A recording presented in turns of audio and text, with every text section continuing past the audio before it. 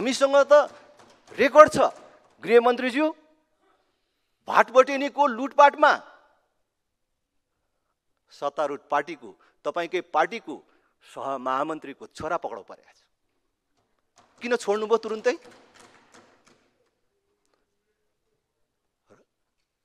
तपाईको नेताको छोराले रक्सी लिएर गयो, उसले ल्याएको मान्छेले म रक्सी खान्न, मलाई कपडा काम लाग्छ भने कपडा लिएर गयो। पछि थाहा भयो तपाईहरुले पक्रिँदाखेरि, तपाईको पुलिसले पक्रिँदाखेरि भिडियोमा हेरेर पक्रियो, तर पक्रिँदा त नेताको छोरा रहेछ।